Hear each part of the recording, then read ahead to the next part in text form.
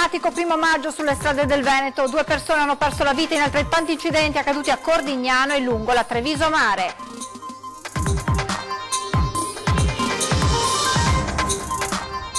Tragedia ieri sul Grappa, deltaplano finisce contro la parete di una montagna e precipita, muore un 71enne polacco.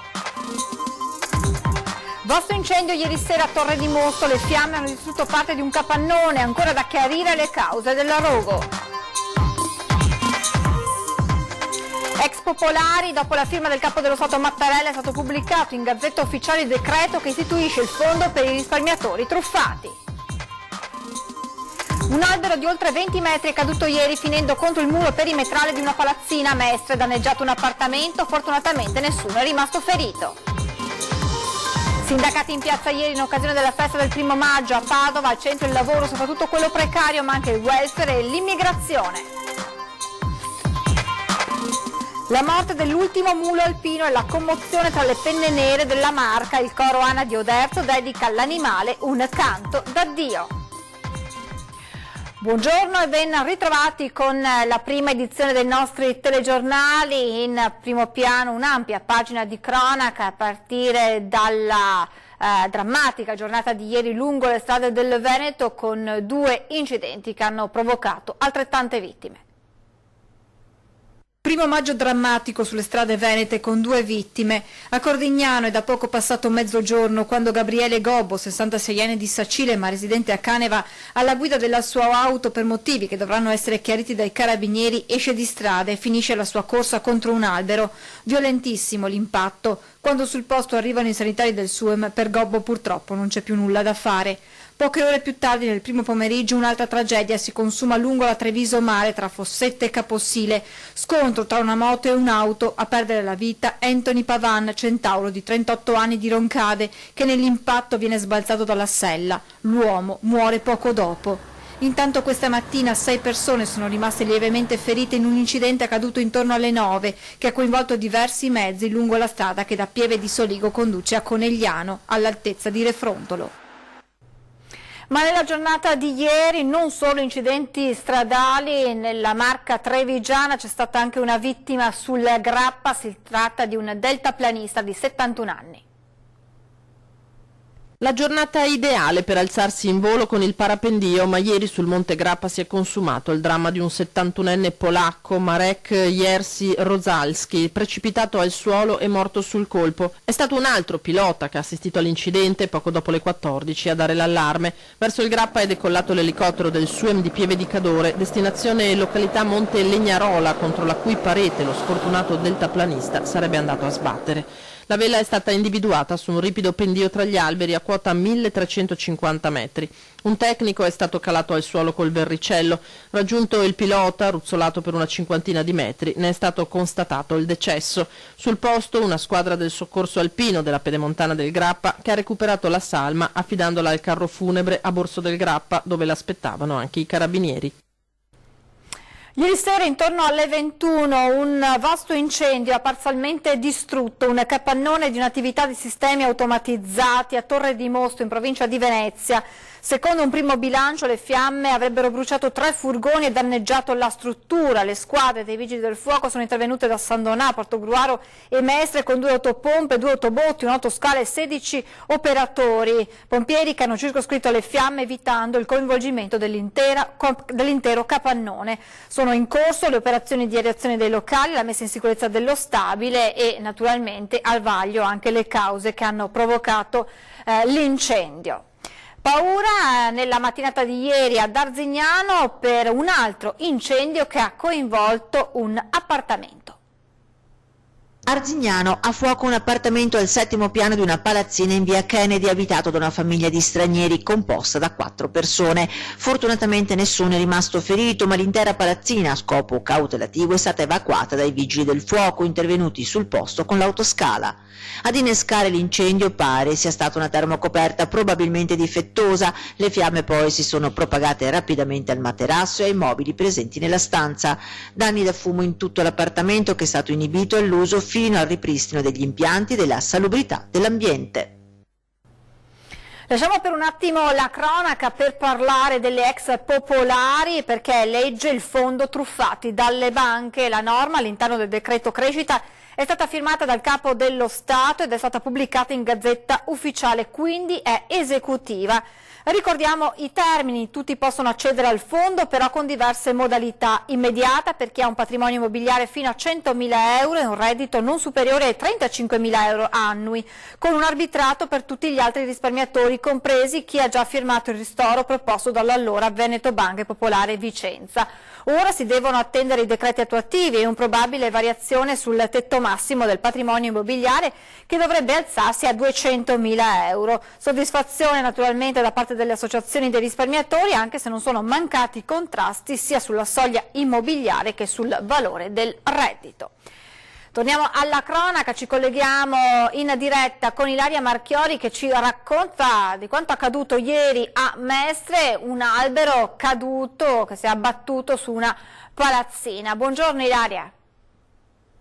Buongiorno da Mestre, giornate impegnative per i vigili del fuoco che ieri mattina sono intervenuti in via dello Squero per un albero alto circa 20 metri che è crollato sopra il muro di delimitazione di due palazzine. Nessuno è rimasto coinvolto nella caduta, è stato in realtà però puramente casuale, la paura comunque è stata tanta. L'albero infatti ha sfondato i vetri di un'abitazione al primo piano, abbattendo dei cavi elettrici e danneggiando anche una tubatura del gas.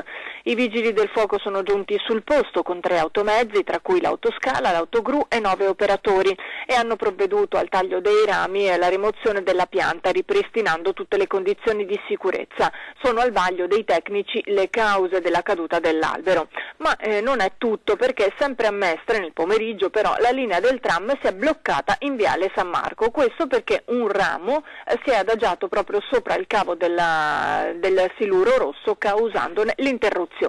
I vigili del fuoco sono nuovamente intervenuti sul posto per il taglio dell'arbusto con 2 squadre e l'autoscala. Hanno iniziato tutti i lavori per rimuovere l'albero, diventato pericoloso per l'incolumità dei cittadini. La linea tranviaria è rimasta interrotta a lungo, dopo qualche ora è stata ripristinata.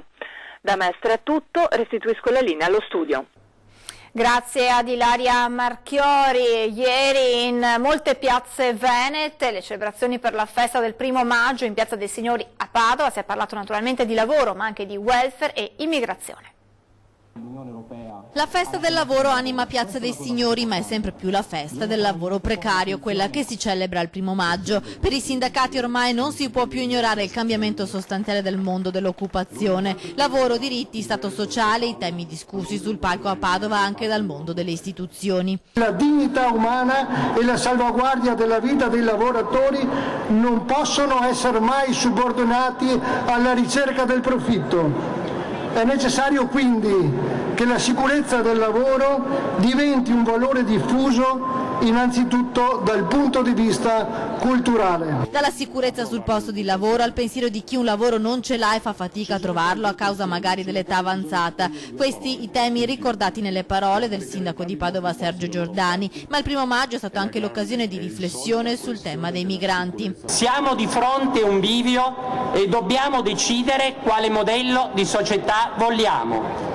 Se una società di pochi ricchi e tanti poveri, di alcuni privilegiati e di innumerevoli sfruttati, che guarda ai migranti come causa di ogni male, che è indifferente al futuro dei propri giovani, oppure una società più giusta che mira al benessere dei tanti, che considera l'immigrato una risorsa, che si occupa del futuro dei propri figli. Al centro del dibattito anche l'Europa, visto l'appuntamento con le elezioni il prossimo 26 maggio. Impossibile che Bruxelles si dimentichi di pensare al welfare e agli ultimi, questo l'appello dei sindacati. È urgente e indispensabile una vera riforma fiscale che preveda la riduzione delle tasse per chi lavora e per chi è in pensione, insieme a un vero piano per il contrasto all'evasione fiscale e contributiva, attraverso un piano anti-evasione tra comuni e agenzie delle entrate. 3 cose erano presenti principalmente: il diritto ad un lavoro sicuro, il diritto ad una buona retribuzione e il diritto ad un lavoro che non sia precario.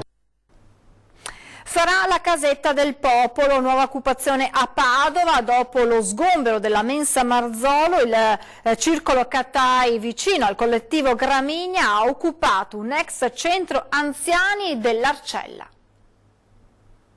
Un'azione rivendicata da lavoratori, precari e studenti. Nuova occupazione a Padova nel giorno della festa del lavoro. Uno stabile abbandonato di via Cardinal Callegari all'Arcella è stato occupato dagli attivisti del circolo Catai vicino al collettivo politico Gramigna, che lo hanno già ribattezzato Casetta del Popolo. Un'azione in risposta al recente sgombero della mensa Marzolo di proprietà dell'università, che a breve vi costruirà la sede della scuola superiore galileiana.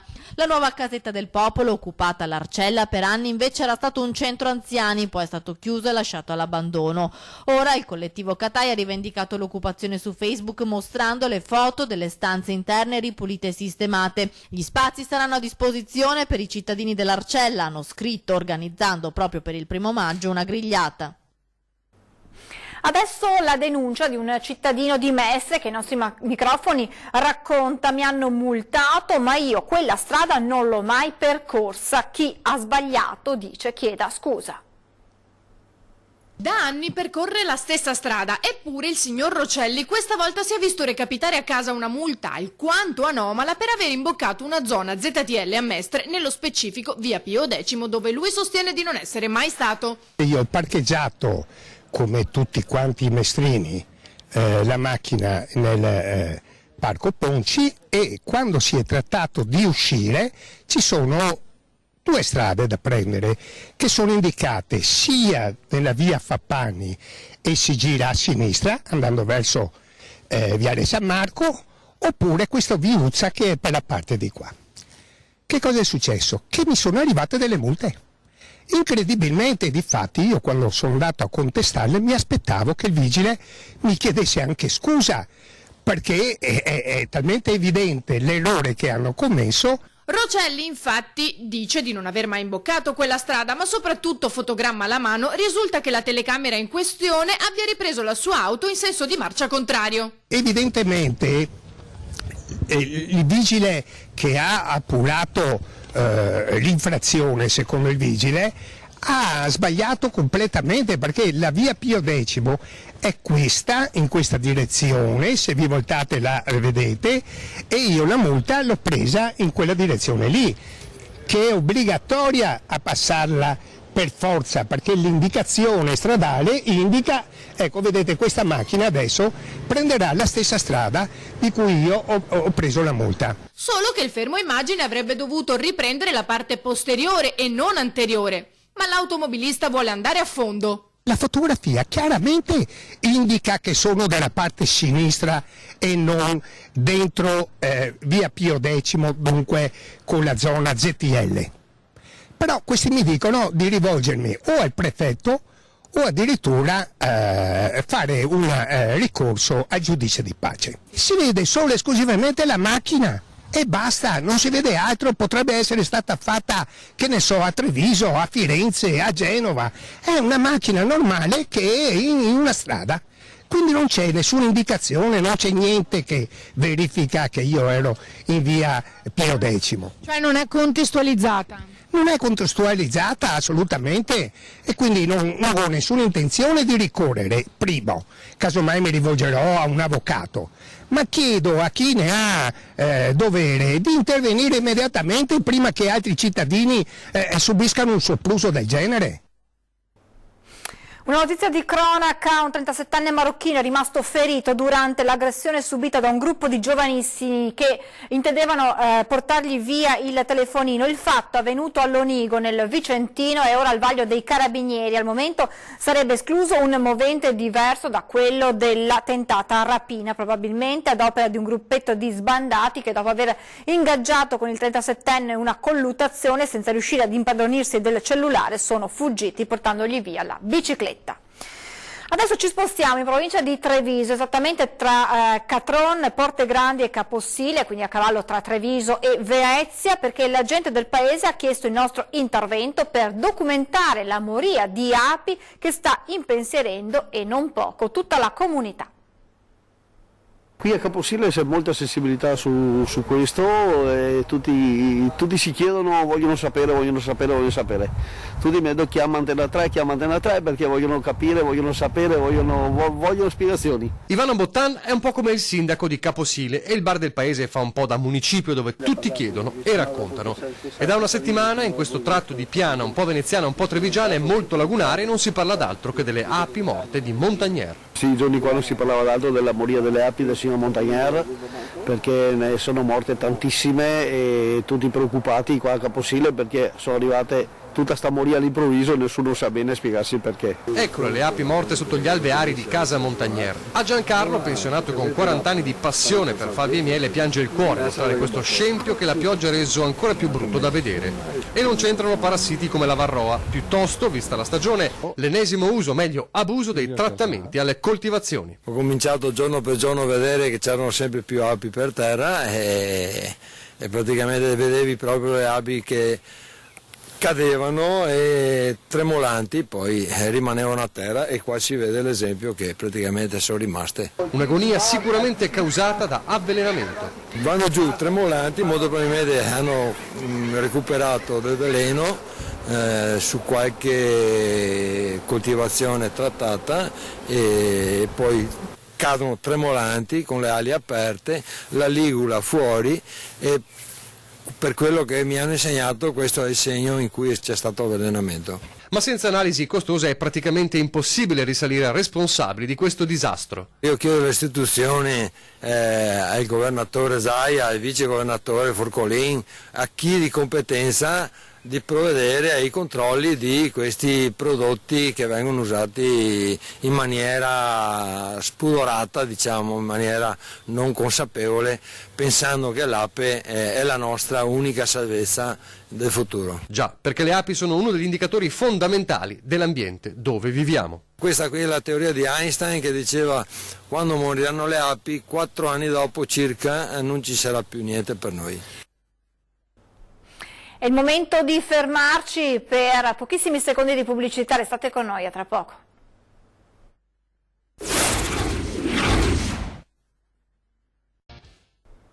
Rieccoci in diretta, lo aveva detto a inizio mandato e così farà. Lo stipendio del sindaco di Venezia Brugnaro andrà alle associazioni cittadine che proporranno progetti interessanti. Promessa mantenuta. A breve le associazioni veneziane che ne faranno richiesta potranno ottenere un finanziamento dal comune senza gravare sulla collettività. Faremo un avviso pubblico dove cercheremo di distribuire il più possibile alle associazioni che siano meritevoli di progetti sociali, cioè che siano soldi che finiscono sui cittadini, sulle persone più bisognose, cioè in servizi e opere, cercando magari di darne il più possibile, insomma, distribuiti, insomma, ecco. Questo perché i soldi, 350.000 euro totali, arrivano dal fondo istituito dal sindaco con il suo stipendio interamente devoluto per la durata del suo mandato. L'ho accantonato da quando ho cominciato a fare il sindaco, come avevo detto, è stato accantonato, ho costruito un fondo appositamente in comune e i soldi sono stati girati sempre lì, io non ho mai visto un euro, ma non solo del fondo mio, ma i soldi del fondo sono proprio il mio monumento, quelli totali, ma non soltanto, ma io mi sono pagato tutte le spese, cioè io giro con la mia macchina, parcheggio sul garage privato che mi pago, continuo a pagarmi quando potrei perché avrei tutte le autorizzazioni per parcheggiare nei parcheggi pubblici, io quando vado a Candiani mi pago il mio parcheggio, cioè non ho mai usufruito di nessun tipo di vantaggio, quando giro a spese mie. Potrà sembrare poco, qualcuno dice me lo posso permettere, è vero, però lo faccio. Torniamo alla morte dell'ultimo mulo degli alpini, il generale Iroso, al quale le Penne Nere hanno deciso di dedicare una canzone. È un grande amore per Iroso. È mancato anche lui, come tutti vanno, è un grande dispiacere per gli alpini. Il generale Iroso è andato avanti. Commosso trattiene le lacrime a fatica Tony De Luca, l'alpino che lo strappò dal macello. Gli alpini piangono l'ultimo mulo, ma di lui non si scorderanno mai, tanto che l'Ana di Oderzo ha deciso di dedicargli una canzone. Generale Iroso, uno come te, forte e generoso altro non ce n'è. Carico cammini insieme a noi alpini. sono alcuni versi della canzone dedicata al quadrupede che verrà presentata in anteprima domenica 26 maggio nella foresteria di De Luca, dove Iroso ha passato gli ultimi anni da pensionato. Quando lavoravamo nel bosco, ho lavorato un po', 1 anno e mezzo, 2 in bosco con questi 13 muli che ho comprato, e Iroso era quello che arrivava fuori sempre più carico, perché era piccolino e facevano meno fatica a caricarlo, e gli altri che potevano portare al doppio di lui a metà li caricavano, perché facevano fatica a buttare sul legname. Però ha campato più a lungo. Più a lungo, sì. Matricola 212, il mulo era amato in special modo dai bambini. Iroso era una notorietà, è stato un monumento vivente, tant'è vero che la curiosità che ha suscitato ha colpito non solamente gli alpini, in armi e non, però è stato anche motivo di interesse per i bambini, per esempio. Mi ricordo di un bambino, Giacomino, che è stato nominato Sconcio ad honorem, che quando è venuto a trovarlo ha voluto che sua mamma non lavasse la maglietta perché conservava il profumo di Iroso. Al piccolo Giacomo la notizia è stata tenuta nascosta, dovrà essere preparato nel tempo. A consolarlo un giorno però rimarranno i versi della canzone a lui dedicata, che sicuramente il piccolo Giacomo imparerà a memoria. Adesso la cultura, con un'iniziativa che prende il via questa sera a Nervesa, nel Trevigiano, dalle 21 in sala consigliare del municipio, e per tutti i giovedì di maggio l'incontro con personalità dell'informazione e non solo, per comprendere meglio l'attualità. Ma perché voi organizzate queste iniziative a maggio? Allora, è una rassegna che si intitola appunto Il Maggio dei Libri. La organizziamo perché noi quotidianamente siamo bombardati dai social, dalle televisioni, dai mass media, da tutta una serie di informazioni che ci arrivano in modo vertiginoso e non abbiamo neanche il tempo di digerirle sostanzialmente. 5 serate per capire cosa ci sta succedendo attorno. Sono quelle organizzate dall'amministrazione comunale di Nervesa per tutti i giovedì di maggio.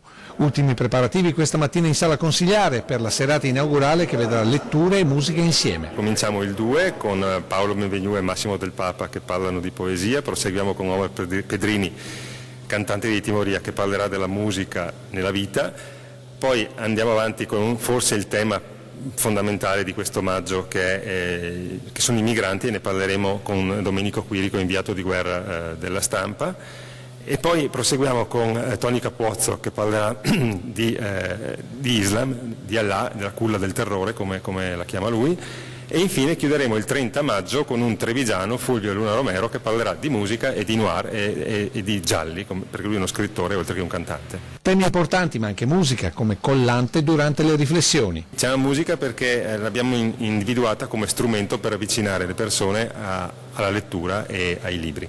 Perché l'obiettivo non è solo quello di far incontrare giornalisti e personaggi famosi, ma di invitare ad un ritorno alla lettura riflessiva. Perché un giovane dovrebbe venire qui a seguirvi?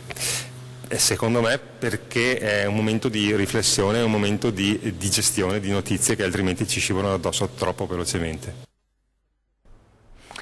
Siamo in chiusura, vi ricordo questa sera l'appuntamento con 20:10 in studio Merino Zatta, presidente della Benetton Rugby, e Giovanni Grespan, responsabile del settore giovanile della Benetton Rugby. Subito dopo di noi nuova puntata di ore 13, adesso previsioni del tempo, grazie per averci seguito, buona giornata.